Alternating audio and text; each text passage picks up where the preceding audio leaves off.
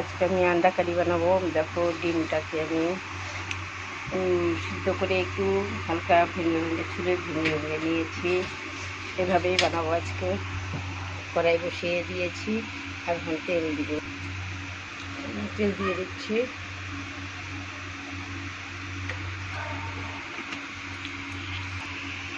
তেলটা গরম হয়ে গেছে, একটা কাঁচা লঙ্কা দিব,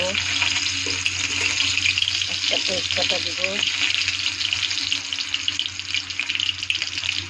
লং আর দারচিনি দিয়ে দিলাম, একটা চামচ জিরে দিয়ে দিলাম, অল্প পেঁয়াজ ছেড়ে দিলাম, একটু ভালো করে রোল করে দেবো।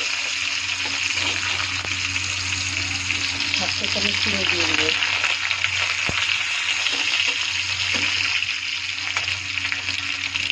একটু কিশমিশ ছেড়ে দেবো, হলুদ ছেড়ে দেবো,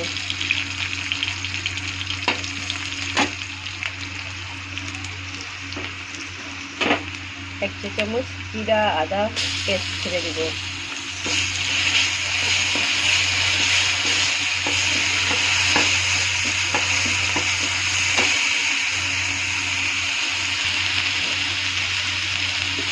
আর টমেটো আর পেঁয়াজের পেস্টটা ছেড়ে দিচ্ছি।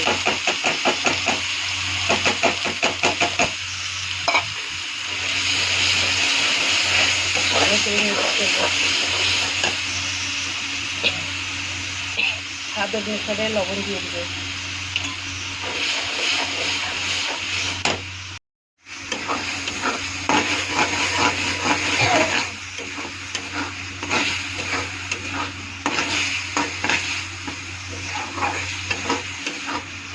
মশলাটা ভাজা ভাজা হচ্ছে, দেখছো?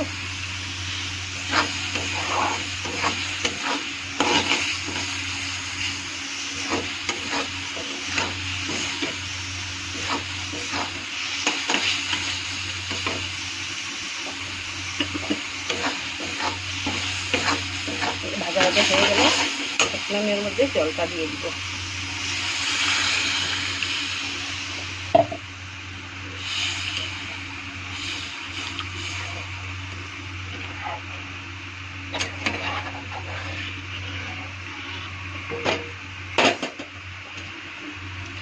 এখন ডিমটা দিয়ে দেবো।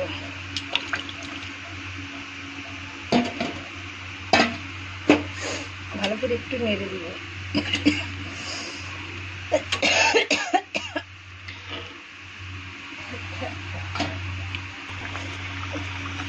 দেখো হয়ে গেছে আমার আন্ডা কারি। এখন একটুখানি গরম মশলা দিয়ে দিব এর মধ্যে।